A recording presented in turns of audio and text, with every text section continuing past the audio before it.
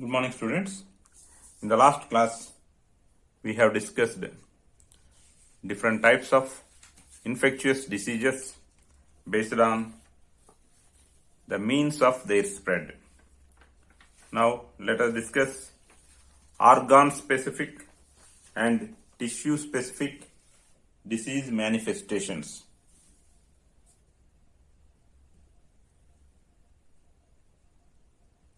Organ specific and tissue specific disease manifestations. This is manifestations. We can simply say that organ specific and tissue specific signs and symptoms of the diseases. Signs and symptoms of the diseases.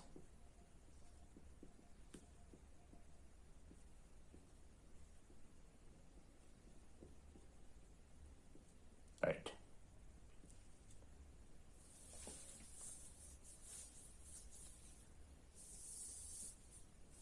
Why an organ is going to show some symptoms?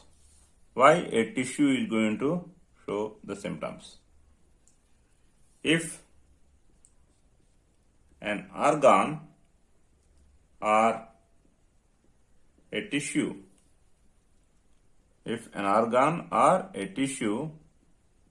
is infected by a disease causing microbe.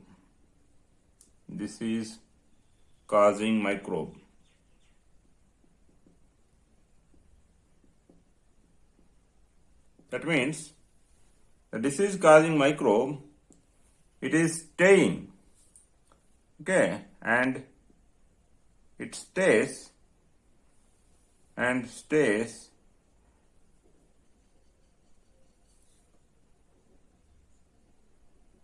and the disease causing microbe stays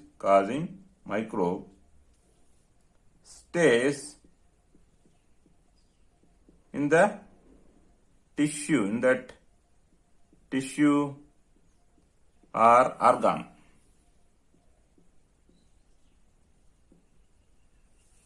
If an organ or tissue is infected by a disease causing microbe, and the disease causing microbe stays in that tissue or organ, then that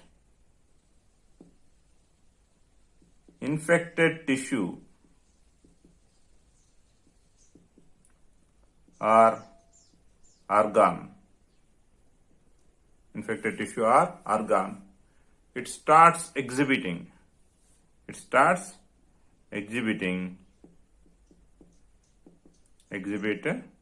what symptoms? Signs and symptoms, what we call manifestations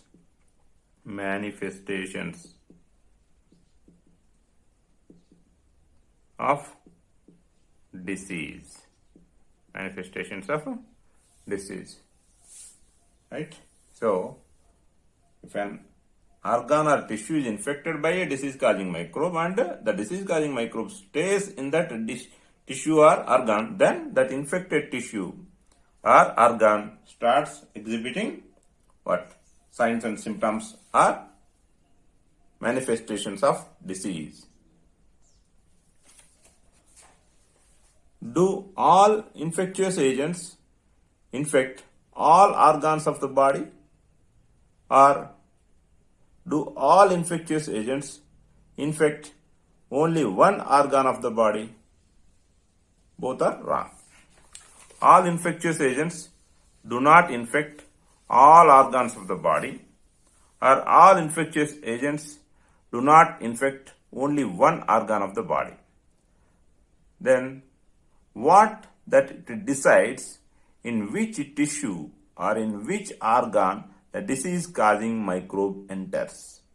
The disease causing microbe, it stays in a particular tissue or organ. A very specific disease causing microbe, it stays in a particular tissue or an organ. But that specificity is decided by certain factors. What are those factors? First one, the selection of this specific tissue or organ to stay by the disease causing microbe may be connected to their point of entry. Selection of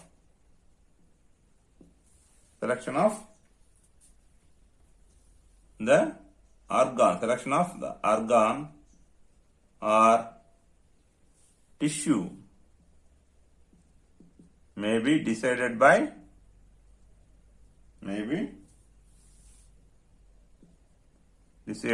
or connected to the point of entry by disease causing microbe.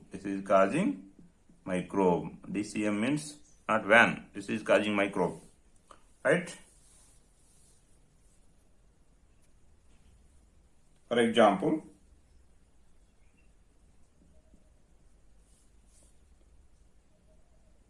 from airborne disease causing agent enters. How air enters into our body?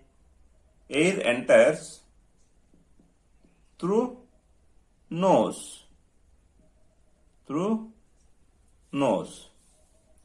So, generally, airborne pathogens or disease causing agents, they finally settle in lungs. Because the point of entry is nose. So nose finally leads to lungs. Okay. Example for such diseases are tuberculosis.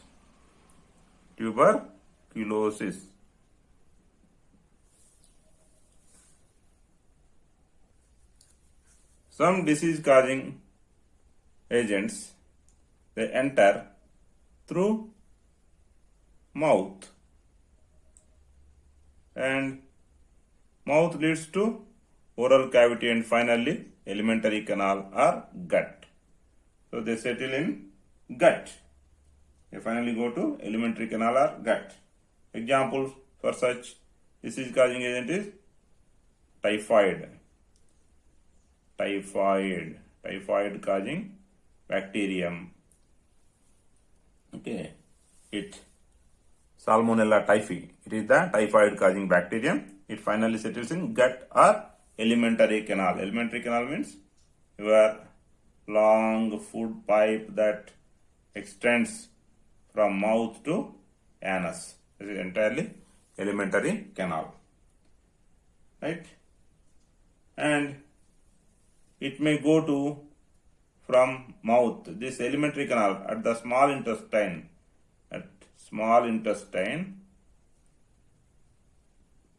It is having connection with the liver. There is a connection with the liver. So certain disease causing organisms, they go to liver also. Example for such diseases are jaundice. So jaundice causing organisms, they enter through mouth, but finally they settle in liver. Right? Okay. And likewise, selection of the part may be connected to their point of entry. But in some cases, the selection of organ or body part or tissue may not be connected to their point of entry. Selection of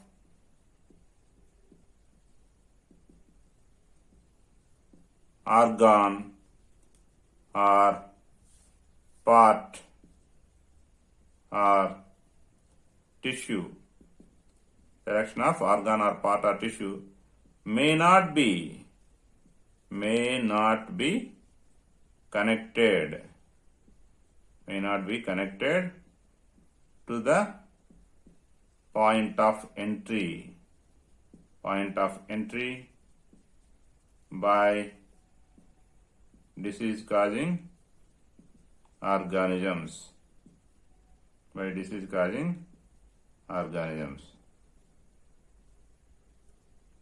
Examples for such diseases is AIDS. AIDS is caused by HIV. HIV refers for human immunodeficiency virus. Human immunodeficiency virus. HIV. Right? So this HIV, it enters through sexual organs. The route or point of entry is sexual organs. Or blood to blood contact also it enters, na? Blood. Right? Or through, in the case of from pregnant mother to the fetus, through placenta. Or sometimes after delivery through breastfeeding. So it is entering through sexual organs or through blood or through placenta or through breastfeeding.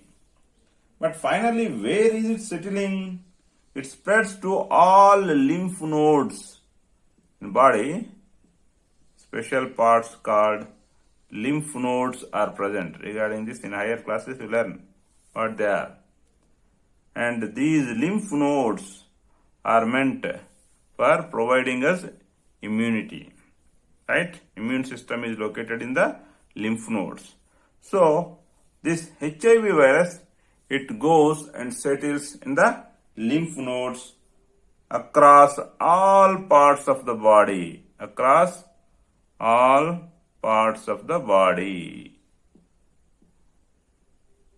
Right? In the same way, malaria is caused by a protozoan parasite called Plasmodium.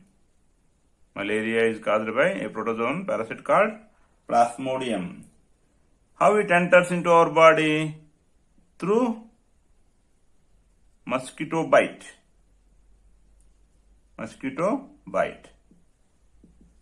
Where mosquito bites? To the blood vessels. So it should go directly into the blood first. But first it goes to liver. There it will grow to some size. Then from liver it will come back to. Then from liver it goes to red blood cells. Right? In this way, where it is entering, where it is going, the point of entry is actually not completely connected to the targeted part or targeted tissue. Finally, it may be connected, but initially, where is it going? It is going to liver. Okay. Next, Japanese encephalitis. Japanese encephalitis.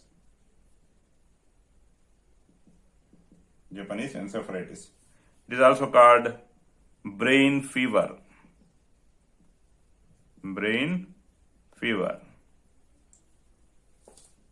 The virus for this Japanese encephalitis, it enters by mosquito bite. By mosquito bite. But mosquito bite leads to the route to where? To the blood. But finally it is settling in brain. So finally it infects the brain. So the selection of organ or part may not, or tissue may not be connected to the point of entry to the by the disease causing organism. For example, AIDS, it is caused by HIV, human immunodeficiency virus. How is it entering? Through sexual organs or through blood to blood contact or through placenta from a pregnant mother to the growing fetus inside the uterus or through breastfeeding by the mother to the already born baby. It is entering in all these different routes, but it is not settling in the tissues that are connected to these routes. But where is it settling? In lymph nodes. Lymph nodes are present across all parts of the body. Malaria, it is caused by Plasmodium, and this is entering through mosquito bite.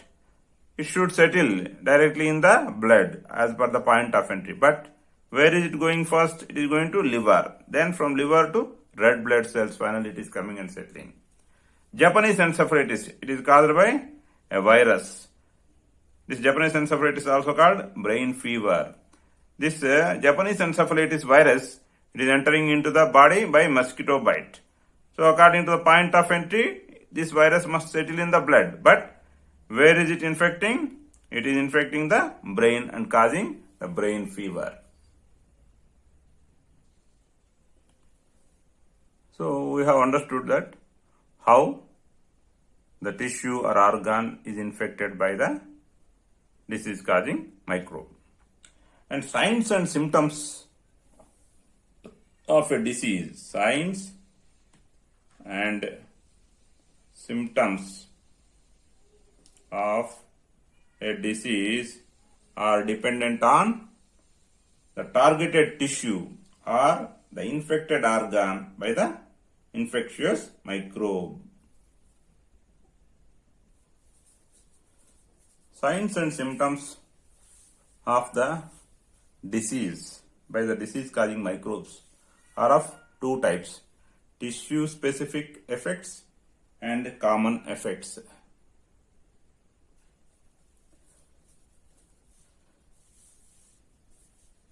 So, tissue specific effects of disease causing microbes, they depend on the targeted tissue or organ by the disease causing microbe. If the lungs are infected by disease causing microbe, then the symptoms will be cough, breathlessness, sneezing, etc. If the liver is infected by disease causing microbe, then the symptom or effect will be jaundice and yellowish of skin color or eye color, etc. If the brain is infected, then the symptoms will be headache, vomiting sensation, fits, unconsciousness, etc. So all these symptoms, they are specific because the infected organ is specific. So these symptoms and signs are called tissue specific effects of infecting disease causing microbe. Tissue specific effects. Apart from tissue specific effects, there are some common effects also. Common effects are, why they are called common? Because for many different diseases, these effects are common.